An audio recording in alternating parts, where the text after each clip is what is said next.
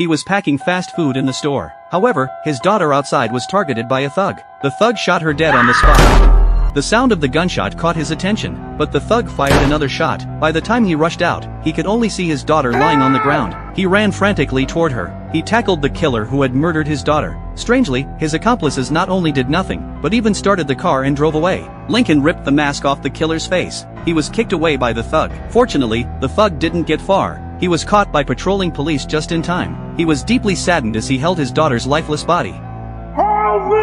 By the time his wife arrived at the hospital, their daughter had already passed away. Their once happy family was instantly shattered. However, the reason for this human tragedy was merely a test by the crime boss for his godson. Only by having blood on his hands could he officially become a member of the mafia. What's even more heartbreaking is that the daughter didn't die from excessive blood loss. She was suffocated to death by blood that seeped into her lungs. The suffering she endured was far more terrifying than death itself. As a father, he was determined to seek justice for his daughter. But on the day of the trial, Lincoln's answer shocked everyone in the courtroom. When the judge asked him to identify whether this guy was the killer, he shockingly gave a negative answer. Longmire thought Lincoln was just playing some game. But what he didn't know was that Lincoln had his own revenge plan. It turned out that he had already been informed by the prosecutor that Longmire only admitted to resisting arrest and assaulting an officer. There was no surveillance footage or other witnesses at the scene, so there was no way to prove his murder charges. According to local law, the most he could get was a 3-year sentence. Lincoln would never accept such a result. So, he chose to change his testimony in court, just to personally send the monster who killed his daughter straight to hell. When Longmire heard that he was acquitted, he was overjoyed. But little did he know, his life was now on a countdown. To celebrate Longmire's acquittal,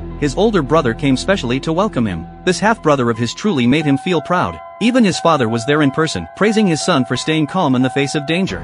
You're a man now. But at that moment, Lincoln had already planned how Longmire would die. Since the law couldn't punish him, it was up to Lincoln to execute justice. He followed Longmire to a secluded alley. Then, he pressed the gas pedal hard.